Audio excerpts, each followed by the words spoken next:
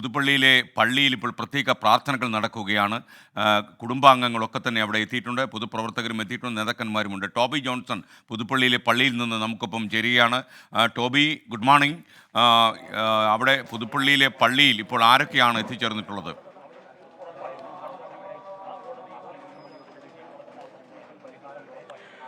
Good morning SKN. എന്തായാലും ഉമ്മൻചാണ്ടി വിട പറഞ്ഞിട്ട് ഒരു വർഷം, ഒരുപക്ഷേ ആർക്കും അതങ്ങോട്ട് പൂർണ്ണമായി ഇപ്പോഴും അംഗീകരിക്കാൻ സാധിച്ചിട്ടില്ല എന്ന് വേണമെങ്കിൽ പറയാം. ഇവിടെ എത്തുന്ന ഓരോ മനുഷ്യരോട് ചോദിക്കുമ്പോഴും അവരെല്ലാം പറയുന്നത് അത് തന്നെയാണ്.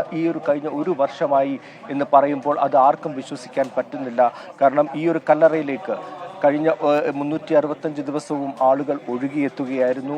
ഓരോ ദിവസവും വിഷമങ്ങൾ പറയാനും മറ്റുമായി ഇവിടേക്ക് എത്തുന്നവരുടെ എണ്ണം നമ്മൾ പലപ്പോഴായി ഇവിടെ എത്തുമ്പോൾ കാണാറുണ്ട്. ഉമ്മൻചാണ്ടിയുടെ വീട്ടിലേക്ക് ഞായറാഴ്ച ദിവസങ്ങളിൽ എത്തിയ പോലെ നിരവധി ആളുകൾ അവിടേക്ക് എത്താറുണ്ടായിരുന്നു. എന്തായാലും ഇന്ന് രാവിലെ തന്നെ പ്രത്യേക പ്രാർത്ഥന പുതുപ്പള്ളിയിലെ പള്ളിയിൽ ആരംഭിച്ചിട്ടുണ്ട്. കുടുംബാംഗങ്ങൾ എത്തിയിട്ടുണ്ട്. ചാണ്ടിയുമ്മൻ, അച്ചുമ്മൻ, അതുപോലെ തന്നെ മറിയം, എല്ലാവരും തന്നെ ഇവിടെ എത്തിയിട്ടുണ്ട്.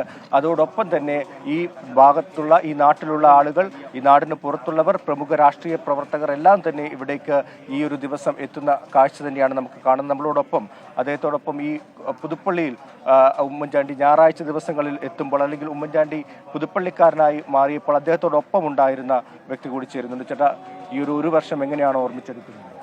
ഉമ്മൻചാണ്ടി സാർ മരിച്ചിട്ട് ഇന്ന് ഒരു വർഷമായെന്ന് ഒരിക്കലും നിങ്ങൾക്ക് ഓർക്കാൻ മേലാത്തൊരു കാര്യം. കാരണം അദ്ദേഹം ഇല്ലാത്ത ഒരു വർഷം എന്ന് പറയുന്നത് ആർക്കും ഉൾക്കൊള്ളാൻ പറ്റുന്ന ഒരു കാര്യമല്ല. അദ്ദേഹത്തിൻ്റെ മരണം പോലും ഇതുവരെ പുതുപ്പള്ളിക്കാരും മലയാളികളും കേരളമാകെ അത് വിശ്വസിക്കുന്നില്ലാത്തൊരു കാര്യമാണ്. അദ്ദേഹം ഇല്ലാത്ത ഈ ഒരു വർഷം ഞങ്ങളെയൊക്കെ സംബന്ധിച്ചോളം ഒരിക്കലും അത് താങ്ങാൻ പറ്റുന്നൊരു കാര്യമല്ല.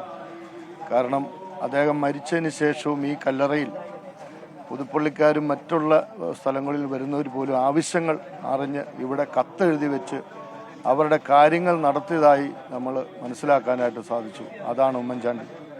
ഏതായാലും അദ്ദേഹത്തിൻ്റെ ഈ വേർപാട് ഈ ഒരു വർഷമായിട്ടും താങ്ങാൻ ഉൾക്കൊള്ളുന്ന ഒരു കാര്യമല്ല.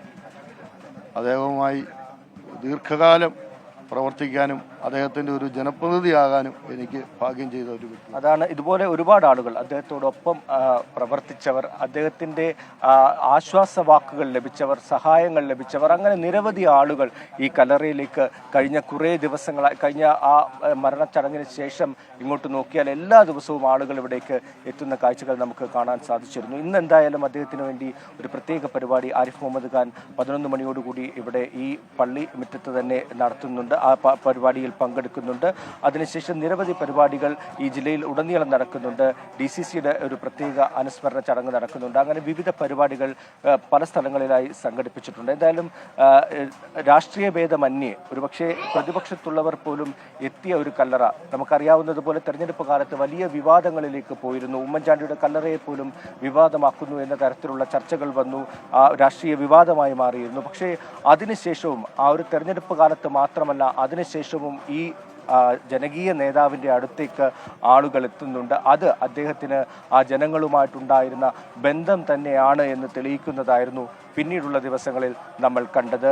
ഈ ഒരു വർഷത്തേക്ക് എത്തി നിൽക്കുമ്പോഴും ആ ഒരു ബന്ധം, ജനങ്ങളുമായിട്ടുള്ള ആ ജനകീയ നേതാവിൻ്റെ ബന്ധം ഇപ്പോഴും അത് അണയാതെ നിൽക്കുന്നു എന്ന് തന്നെ വേണം നമുക്ക് പറയാൻ. SKN. Okay, thank you Toby Johnson.